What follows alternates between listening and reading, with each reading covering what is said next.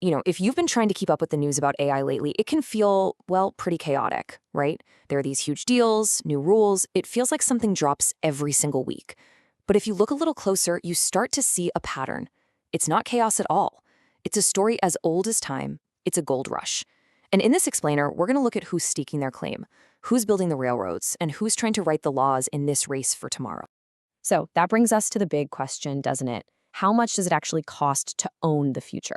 It's a wild thing to even think about, but it's the one question that every major tech company is wrestling with right now. And the numbers are coming up with, they're just staggering. Just take a second and look at that number, $20 billion. To be clear, that's not the valuation of some hot new startup, and it's not even the total investment in an entire sector for a year. That's right, $20 billion for one single transaction. That just shows you how incredibly high the stakes have gotten. This isn't just about building cool new technology anymore. No, this is about a land grab, a digital land grab for sure, but a land grab nonetheless. You've got the biggest players in the world frantically buying up the most valuable territory on this new AI frontier, everything from chip technology to cybersecurity.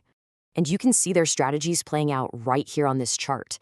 NVIDIA drops that $20 billion we just saw for Grok to get their hands on specialized chip tech. Then you've got ServiceNow spending nearly $8 billion on Armis to build a cybersecurity fortress. And Snowflake snaps up a company called Observe for $1 billion just to get better at monitoring all these new AI apps. Each one is carving out a vital piece of the ecosystem for themselves. But here's where it gets really interesting. A leaked internal email about that massive NVIDIA deal revealed it wasn't a traditional acquisition at all. It was what they call in Silicon Valley an acqui-hire.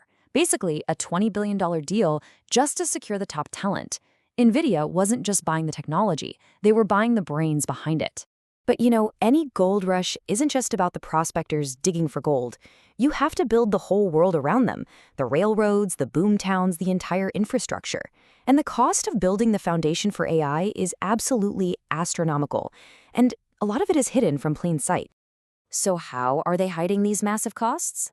Well, often with a clever financial tool called a special purpose vehicle, or an SPV. The simplest way to think about it is like this. A company creates a whole separate legal side company, and its only job is to hold the massive debt needed for things like building data centers. It keeps all that red ink off the main company's official books. And the scale of this is, well, it's just mind-blowing. This chart shows how much debt we know is being moved off the books.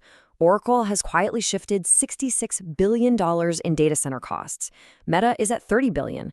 Even Elon Musk's new company, xAI, is already at $20 billion. This is the hidden financial engine that's powering the entire AI boom. And get this for a fascinating twist. Some of that infrastructure is actually being repurposed from another boom. Bitcoin miners, who already have these huge, power-hungry computing facilities, are now pivoting to run AI models instead. And investors have definitely caught on. Their stocks are up 90% this year alone. It just goes to show how valuable that ready-made power and space have become overnight. Okay, so whenever you have this much money, this much power, all flying around, conflict is pretty much inevitable. And that's exactly what's happening. A new battle for control is heating up, and it's being fought in boardrooms, in courtrooms, and in government offices all over the world. Take this clash happening over in Europe. The Italian government has ordered Meta to open up WhatsApp to rival AI chatbots. Their argument is that it needs to be an open ecosystem. Well, Meta fired right back, calling the decision fundamentally flawed as they fight to protect their closed-off, walled garden.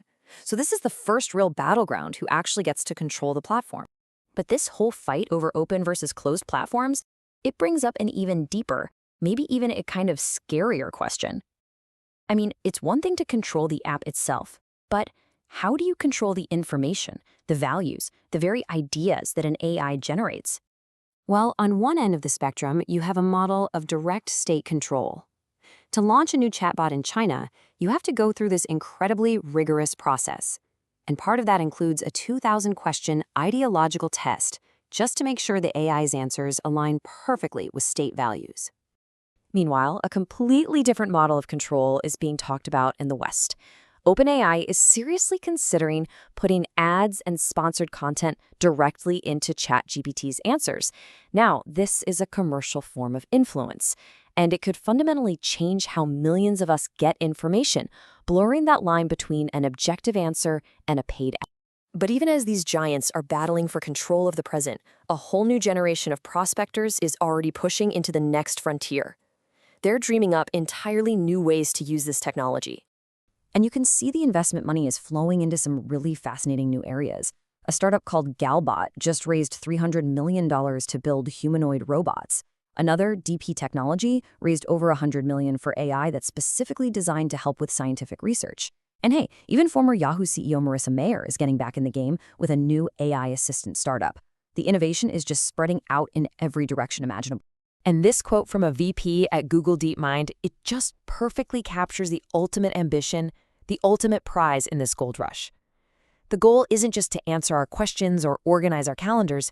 It's to build AI co-scientists that can work right alongside humans to solve the biggest challenges we'd ever face. So, that leaves us here. This isn't just a technological revolution. It is a societal one. It's a gold rush for the future itself. And so the central question that we all need to be asking is this. As this powerful new resource is unearthed, who gets to decide how it's used? Who benefits? And most importantly, who gets to write the rules for our new reality?